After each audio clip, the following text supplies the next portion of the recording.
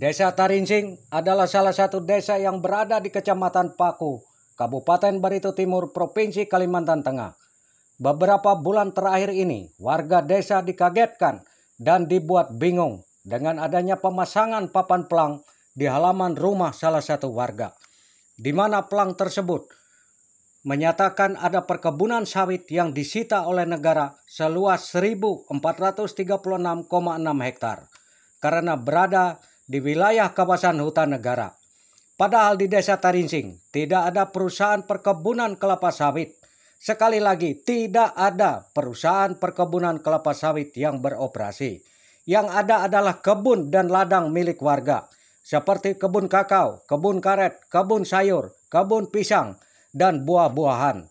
Kalaupun ada sedikit tanaman sawit, itu bukan milik perusahaan, tapi milik warga desa yang menuruti anjuran dari Kementerian Pertanian Republik Indonesia agar petani tidak bergantung dengan satu komoditas tanaman saja.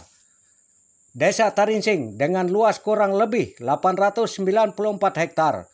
Lalu mengapa setelah tim PKH datang, lalu desa kami yang luasnya sekitar 894 hektar langsung berubah menjadi kawasan hutan seluas 1.436,6 hektar. Padahal desa Tarinsing dibentuk berdasarkan undang-undang. Jadi tidaklah mungkin Kementerian Dalam Negeri di masa lalu itu teledor dengan membentuk dan melegalkan sebuah desa di dalam kawasan hutan. Desa Tarinsing telah beberapa kali mengalami pergantian kepala desa. Dan juga desa ini terregister di Kementerian Dalam Negeri sebagai desa yang sah, bukan desa yang berada dalam kawasan hutan.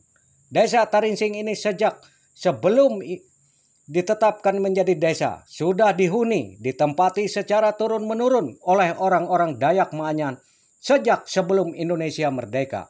Bahkan tokoh-tokoh yang dulu lahir di desa ini pernah diberikan penghargaan oleh pemerintah Republik Indonesia, seperti almarhum Peltu Robert Nyakai dianugerahkan bintang gerilya oleh Presiden Soekarno.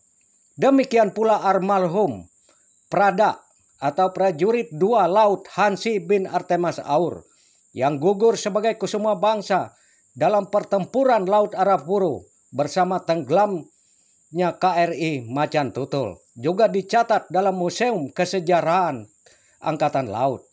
Lalu sekarang mengapa kami warga desa Tarinsing diberikan label oleh pemerintah Republik Indonesia sebagai warga desa yang menempati hutan negara? Sebuah gelar yang sangat menyedihkan bagi kami. Kami sangat mencintai negeri ini, tapi mengapa pemimpin Republik Indonesia tidak mencintai kami?